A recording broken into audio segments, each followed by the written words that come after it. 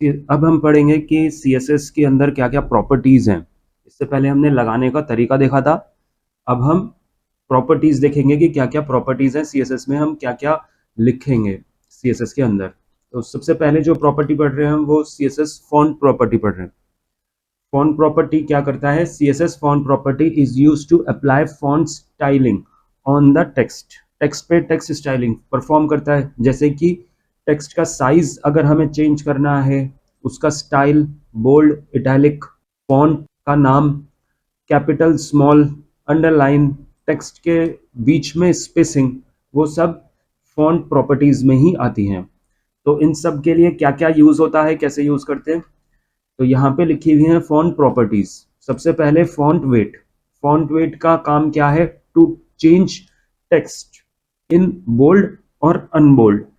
इससे क्या होगा? फॉन्ट वेट से टेक्स्ट हमारा बोल्ड या नॉर्मल हो जाएगा। इसकी जो वैल्यूज हैं वो यहाँ पे दो ही दिखा रखी हैं, या तो बोल्ड या नॉर्मल। करके देखते हैं इसको। सर, जो हमने बी टैग पढ़ा था तो वो HTML का था और ये CSS का है। हाँ, दोनों से हो सकता है। तो अब हम देख रहे हैं CSS से करके। तो CSS से कैसे अप्लाई होगा? यहाँ पे मैंने कुछ पैराग्राफ लिखे और रैंडम टेक्स्ट लिखा, और मुझे सेकंड वाले पैराग्राफ पे अप्लाई करना है, बोल्ड करना है इसको। अभी हम आउटपुट देख रहे हैं तो बिल्कुल सिमिलर आ रहे हैं तीनों पैराग्राफ। ये यहीं पे लगा रहा हूँ स्टाइल। स्टाइल इक्वल्स टू, और यहाँ पे आएगा फॉन्ट वेट, और यहाँ पर जो बोल्ड है, फॉन्ट वेट है, उसके अलग अलग साइज भी लिखे हुए हैं, 100 200 वैल्यूज भी लिखी हुई हैं, और यहाँ पे बोल्ड भी लिखा है। तो मैं यहाँ पे बोल्ड सेलेक्ट कर लेता हूँ। इसका आउटपुट देखेंगे तो सेकंड पैराग्राफ बोल्ड हो गया, नॉर्मल टेक्स्ट से वो थोड़ा सा डार्क आ रहा है। अगली प्रॉपर्टी क्या है? Font style. फॉन्ट स्टाइल में जो वैल्यूज है वो इटैलिक या फिर नॉर्मल है। पहले से ही इटैलिक हुआ है तो हमें हटाने के लिए नॉर्मल लिखना होगा, और अगर इटैलिक करना है तो इटैलिक। ऐसा करते हैं, सेकंड वाले को ही मैं इटैलिक भी कर रहा हूँ। तो यहाँ पे लिखेंगे फॉन्ट स्टाइल और इटैलिक। तो इस पर क्लिक कर आउटपुट देखेंगे तो सेकंड पैराग्राफ हमारा बोल्ड भी है और इटैलिक भी हो चुका है। फॉन्ट साइज, अगर मुझे किसी का साइज चेंज करना है तो उसके लिए फॉन्ट साइज प्रॉपर्टी है, और फिर उसकी वैल्यू। वैल्यू को हम यहाँ पे point, pixel, percent, EM, REM, inch, centimetre, इन सब यूनिट्स में दे सकते हैं। और भी कई सारी यूनिट्स हैं, लेकिन जो प्रेफर्ड यूनिट है वो पिक्सल, EM और REM ही है। तो फर्स्ट वाले पैराग्राफ को मैं फॉन्ट साइज बढ़ाना चाहता हूँ।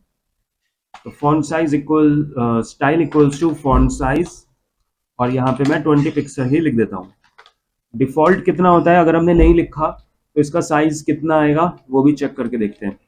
यहाँ पे मैंने जो फॉन्ट साइज लिखा हुआ है ये 16 लिख दिया। अगर मैंने एक और पैराग्राफ बनाया जिसमें कि कोई स्टाइलिंग नहीं लिखी, तो अगर हम देखेंगे लास्ट के दोनों की स्टाइलिंग में कोई फर्क नहीं नजर नहीं आ रहा, जबकि हमने इसमें 16 लिखा था थर्ड वाले में। तो नजर क्यों नहीं आ रहा? क्योंकि डिफॉल्ट फॉन्ट साइज 16 ही होता है, लिखो या ना लिखो दोनों सेम ही आएंगे। लेकिन यहाँ पे हमने थोड़ा सा बड़ा कर रखा है 20 साइज, तो ये थोड़ा अलग फॉन्ट साइज आ रहा है। अब EM और REM क्या है वो भी देखते हैं। तो यहाँ पर मैं लास्ट वाले को कर देता हूँ style equals to font size 100%, और एक और मैंने उसको डुप्लीकेट करा और यहाँ लिख दिया मैंने 1 EM। 100% 1 EM। चेक करके देखते हैं इसका आउटपुट क्या आ रहा है। तो ये डिफॉल्ट था 16 पिक्सल, ये 100% है, और ये 1 EM है। कोई फर्क नजर नहीं आ रहा हमें, तीनों की वैल्यू सेम है।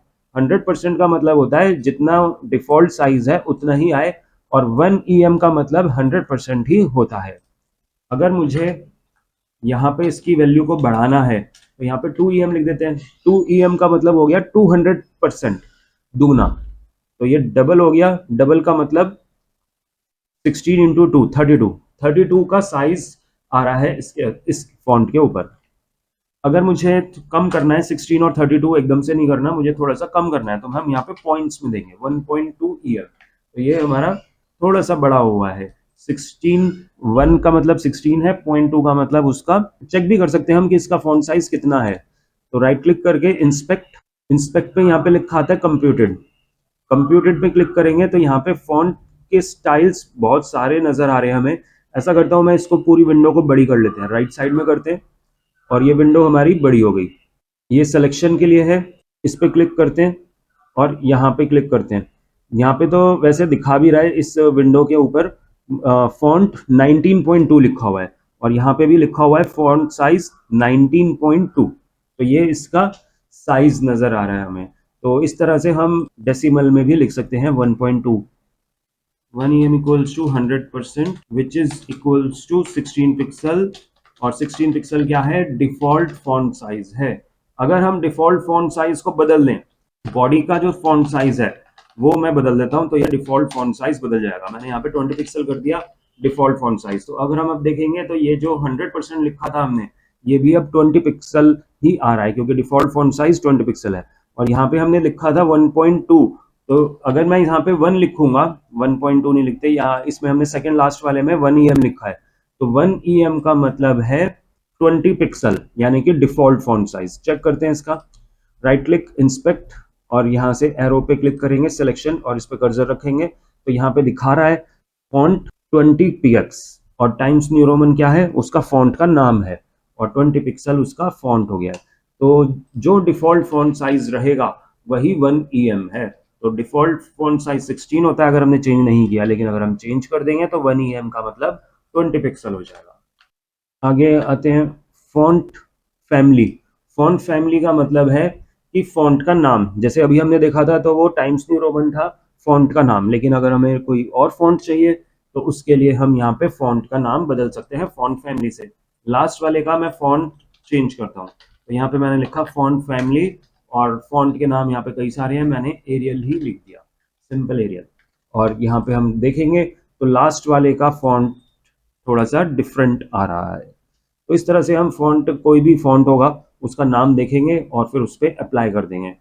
फॉन्ट का नाम हम किसी कहीं से भी देख सकते हैं, जैसे नोटपैड है या वर्ड है, उसमें जाएंगे तो फॉर्मेट में फॉन्ट, और ये सारे जो फॉन्ट्स हैं यहाँ पे हमें नजर आ रहे हैं, इन सब में से कोई सा भी हम यहाँ पे लिख सकते हैं। अगली प्रॉपर्टी है फॉन्ट। यहाँ पे हमने font weight, font style, size, font family, ये 4 प्रॉपर्टीज पढ़ी। इन चारों प्रॉपर्टीज को अलग अलग लिखने की बजाय हम एक लाइन में भी लिख सकते हैं फॉन्ट से। तो इसका सिंटेक्स कैसे है, फॉन्ट, सबसे पहले इसकी सीक्वेंस हमें फॉलो करनी होगी, तो इसकी सीक्वेंस में सबसे पहले बोल्ड और इटैलिक लिखा हुआ है, फिर फॉन्ट साइज आएगा, फिर फॉन्ट का नाम आएगा। इन चारों को अप्लाई कर सकते हैं हम, तो करके देखते हैं। तो यहाँ पे लिखा मैंने style equals to font colon, और यहाँ पे ये सारी वैल्यूज। तो ये वाला जो फॉन्ट है, ये वाला जो टेक्स्ट है, ये बोल्ड भी हो गया, इटैलिक भी हो गया है, और इसका फॉन्ट साइज 14 है और स्टाइल 16, 24 कर देते हैं।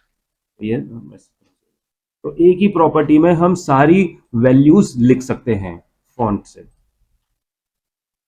फॉन्ट वेरिएंट क्या करता है, ये टेक्स्ट को कैपिटल में चेंज कर देता है, लेकिन जो साइज होगा वो स्मॉल ही रहेगा, यानी कि small caps. Font variant property का नाम है और इसकी वैल्यू स्मॉल कैप्स। तो इसका आउटपुट देखेंगे तो ये कैपिटल में आ रहा है, लेकिन 1 से छोटा है em, 16 से फॉन्ट साइज छोटा आ रहा है पिक्सल, ये सब फॉन्ट साइज छोटा आ रहा है। सबका फॉन्ट साइज बराबर नहीं है, बाकियों का सिर्फ पहला अक्षर थोड़ा सा बिगर रहता है, बाकियों का नॉर्मल रहता है, और अगर हमें हटाना है तो उसके लिए नॉर्मल का यूज होता है। अगली प्रॉपर्टी है टेक्स्ट डेकोरेशन। ये क्या करता है, अंडरलाइन के लिए है, पहले भी हमने पढ़ा था इसको। अगर अंडरलाइन हटानी है तो नन, जैसे कि एंकर टैग में पहले से ही ऑलरेडी अंडरलाइन आती है, हमें हटानी है तो नन लिख देंगे। किसी भी टेक्स्ट के नीचे अंडरलाइन लगानी है तो अंडरलाइन, ओवरलाइन, उस टेक्स्ट के ऊपर, लाइन थ्रू, बीच में। CSS text decoration. और यहाँ पे मैं नन कर रहा हूँ, फिर उसके बाद हम अंडरलाइन करेंगे, इस पे अंडरलाइन, इस पे हम करेंगे ओवरलाइन, और इस पे करेंगे लाइन थ्रू। 4 प्रॉपर्टीज होती हैं CSS के लिए। तो इनलाइन CSS, सबकी CSS में एक साथ लिख देता हूँ। तो माउस का जो मिडल बटन होता है, व्हील, उसको हम क्लिक करके होल्ड करके नीचे ड्रैग कर देंगे। Style equals to text decoration, और यहाँ पे हमें सबकी वैल्यू अलग अलग लिखनी है, तो इसको मैं बाहर क्लिक कर देता हूँ। अब एक एक करके लिखते हैं, नन, अंडरलाइन, ओवरलाइन और लाइन थ्रू। आउटपुट देखते हैं इसका। तो यहाँ पर नन तो हट ही गया, ये अंडरलाइन था, ये ओवरलाइन है, इसके ऊपर आ रही है, और लाइन थ्रू बीच में से लाइन आ रही है। अगली प्रॉपर्टी टेक्स्ट अलाइनमेंट है। इन्हीं को, जो मैंने यहाँ पे 4 पैराग्राफ्स बना रखे हैं, इन्हीं को मैं अलाइनमेंट्स भी चेंज कर देता हूँ इनका। तो यहाँ पे लिख देता हूँ मैं टेक्स्ट अलाइन। अलाइनमेंट की जो वैल्यू है वो भी 4 ही है, अलग भी लिख सकते हैं, किसी पे भी अप्लाई कर सकते हैं। एक साथ 2 प्रॉपर्टी अप्लाई करो, मल्टीपल प्रॉपर्टीज भी अप्लाई करो। यहाँ पे लिखा मैंने first property left, centre, right और जस्टिफाई। ठीक है, तो इसका आउटपुट देखते हैं। यहाँ पे हम देखेंगे तो ये हमारा लेफ्ट है अलाइनमेंट, सेंटर, राइट और जस्टिफाई में कुछ फर्क पड़ नहीं रहा है, पता चल नहीं रहा, क्योंकि ये तब पता चलता है जब हमारे पास थोड़ा सा ज़्यादा टेक्स्ट हो, बड़ा पैराग्राफ हो। तो अगर हमारे पास पैराग्राफ है, जैसे कि ये वाला जो पैराग्राफ है, इसी पे ही मैं थोड़ा सा और टेक्स्ट ज़्यादा लिख देता हूँ, जिससे कि नंबर ऑफ लाइन्स ज़्यादा हो जाएंगी, और इस पे मैं अप्लाई करता हूँ टेक्स्ट अलाइनमेंट जस्टिफाई। तो जस्टिफाई से हमें क्या पता चलता है कि ये जो पैराग्राफ है, ये दोनों तरफ से एकदम से स्ट्रेट हो चुका है, लेफ्ट से भी एकदम स्ट्रेट लाइन है, राइट से भी स्ट्रेट लाइन है, तो इसको हम बोलते हैं जस्टिफाई। तो 4 तरीके के अलाइनमेंट्स हैं पैराग्राफ पे या किसी भी HTML टैग पर, ये प्रॉपर्टीज हम अप्लाई कर सकते हैं। टेक्स्ट ट्रांसफॉर्म, टेक्स्ट ट्रांसफॉर्म क्या करता है, उसका केस बदल देता है, कैपिटल में करना है या स्मॉल में करना है या कैपिटलाइज, इसकी ये वैल्यू है। चेक करके देखते हैं, तो इन्हीं पे ही मैं अप्लाई कर देता हूँ। यहीं पे लिख देता हूँ मैं टेक्स्ट ट्रांसफॉर्म।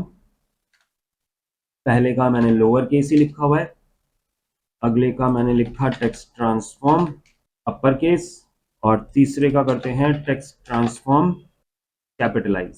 3 ही है। चेक करके देखते हैं इसका आउटपुट। तो सबसे पहला लोअर ही है, ये लोअर में आता है, ये अपर में किया था हमने, और ये कैपिटलाइज किया था। कैपिटलाइज में क्या हुआ है, CSS तो हमने कैपिटल में लिखा था, इसलिए कैपिटल में ही CSS को हमने कैसे लिखा था, कैपिटल में लिखा था, तो इसीलिए कैपिटल में आ रहा है। लेकिन इसका केवल T कैपिटल है, इसका केवल D कैपिटल है, मतलब हर वर्ड का जो पहला अक्षर है वो इन्होंने कैपिटल में कर दिया। टेक्स्ट की स्पेसिंग के लिए कौन कौन सी प्रॉपर्टीज हैं, अगर हमें टेक्स्ट के बीच में स्पेस देना है तो उसके लिए टेक्स्ट इंडेंट। टेक्स्ट इंडेंट का मतलब है केवल फर्स्ट लाइन में स्पेस अप्लाई हो जाएगा। जो हमारी पैराग्राफ है, जैसे ये सारे पैराग्राफ हैं, ऐसा करते हैं इन सब पे ही अप्लाई करके देखते हैं।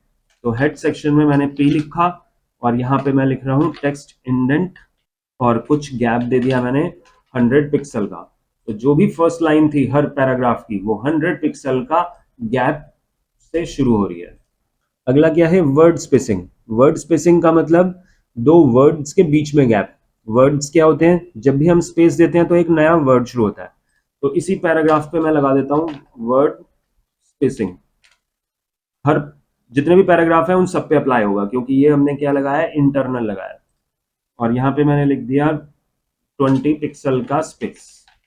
पिक्सल में दिया तो हर वर्ड के बीच में 20 पिक्सल का गैप आ गया है हर पैराग्राफ पे। तो ये वर्ड स्पेसिंग है। अगला है लेटर स्पेसिंग। लेटर्स के बीच में स्पेस देना है, यहाँ पे लिख देंगे letter spacing. Letter spacing 5 pixel मेरे ख्याल बहुत है, तो 5 पिक्सल में देखेंगे तो हर लेटर के बीच में गैप नजर हमें आ रहा है। ये जो वैल्यूज है, ये positive as well as negative में भी हो सकती है। नेगेटिव का मतलब है, जैसे अगर मैंने इसको कमेंट कर दिया और अगर मैं इसको अब देखूंगा तो ये नॉर्मल आ रहा है, लेकिन मुझे इन दोनों लेटर्स के बीच में और गैप कम करना है, तो डिफॉल्ट साइज से कम करना है, तो इसको माइनस में लिख दो। तो यहाँ पे हम लिख देते हैं -5 पिक्सल। तो अब ये हुआ क्या है कि एक के ऊपर एक, मतलब एक पूरा प्रॉपर नहीं आ रहा, ओवरलैप हो गए। तो क्योंकि हमने बहुत ज्यादा दे रखा है माइनस में, तो इसीलिए ऐसा आ रहा है।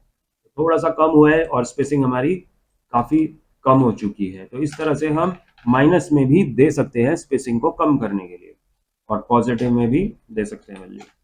इसी तरह से वर्ड स्पेसिंग अगर हमें करना है माइनस में, तो वर्ड स्पेसिंग माइनस में भी हो जाएगा। 2 वर्ड्स के बीच में ओवरलैपिंग हो गई है, क्योंकि हमने स्पेस माइनस में कर दिया। तो स्पेस कहीं पे ज्यादा तुम्हें लग रहा है कि स्पेसिंग ज्यादा है, तो यहाँ पे कम करने के लिए माइनस में भी लिख सकते हो। लाइन हाइट, यहाँ पे हमने वर्ड्स के बीच में गैप देखा, लेटर्स के बीच में, कैरेक्टर्स के बीच में गैप देखा, अब है लाइंस के बीच में गैप। तो लाइन हाइट से हम यूज कर सकते हैं लाइनों के बीच में गैप। लाइन हाइट और यहाँ पे हमने लिखा 10 पिक्सल। अब ये पिक्सल की वैल्यू कितनी है वो हमें करके ही देखनी होगी अंदाजे से। कहीं पे ज्यादा हमें स्पेसिंग चाहिए होता है, कहीं पे कम चाहिए, तो वो आपको करके ही देखना होगा कि आउटपुट कैसा आ रहा है। तो यहाँ पे 10 पिक्सल में बहुत कम आ रहा है, तो 10 पिक्सल से वैल्यू बढ़ा दो। यहाँ पे हम 30 पिक्सल लिख देते हैं। तो 30 पिक्सल में थोड़ा सा वैल्यूज लाइनों के बीच में गैप बढ़ गया है। तो इस तरह से भी लिख सकते हैं वैल्यू लाइन हाइट की, और लाइन हाइट की वैल्यू हम ईएम में भी लिख सकते हैं। ईएम का फायदा ये होता है कि वो जो डिफॉल्ट फॉन्ट साइज है बॉडी का उसके अकॉर्डिंग चलता है। जैसे हमने 20 पिक्सल लिखना है तो यहाँ पे हम 1 ईएम लिख देंगे। 20 से थोड़ा सा ज्यादा लिखना है तो 1.1 या 1.2 में इस तरह से हम लिखते हैं। तो लाइनों के बीच में गैप थोड़ा सा कम हो गया है। लाइनों के बीच में मैंने गैप 1.3 दिया, तो एक स्टैंडर्ड साइज लगभग ठीक लगता है। तो इस तरह से हम लाइनों के बीच का गैप बढ़ा सकते हैं। जब हम यहाँ पे 2 बार लिखते हैं लाइन, मतलब एक ही स्टाइल को 2 बार लिखते हैं, तो ये कौन सी स्टाइलिंग को फॉलो करता है? जो बाद में लिखी है, पहले वाली को ओवरराइट कर देता है, मतलब हटा देता है। अगर हम यहाँ पे देखेंगे इस पैराग्राफ पे इंस्पेक्ट करके लाइन हाइट की प्रॉपर्टी को, यहाँ पे स्टाइल में जाएंगे तो यहाँ पे लिखा है लाइन हाइट एक बार, और फिर इसके नीचे भी लिखा है। जो ऊपर वाली लाइन हाइट लिखी है उसको इसने काट दिया है। काट क्यों दिया? क्योंकि ये हट गई और दूसरी वाली से रिप्लेस हो गई है। दूसरी वाली अप्लाई होगी, पहली वाली हट जाएगी। सर ये वाला एक बार समझ नहीं आया लाइन हाइट का। लाइन हाइट का मतलब है लाइनों के बीच में गैप देने के लिए। और अगर हमने 2 बार लिखा है तो जो नीचे वाली स्टाइलिंग लिखी है वो अप्लाई होती है, ऊपर वाली हट जाती है। फॉन्ट प्रॉपर्टीज में केवल इतना ही है।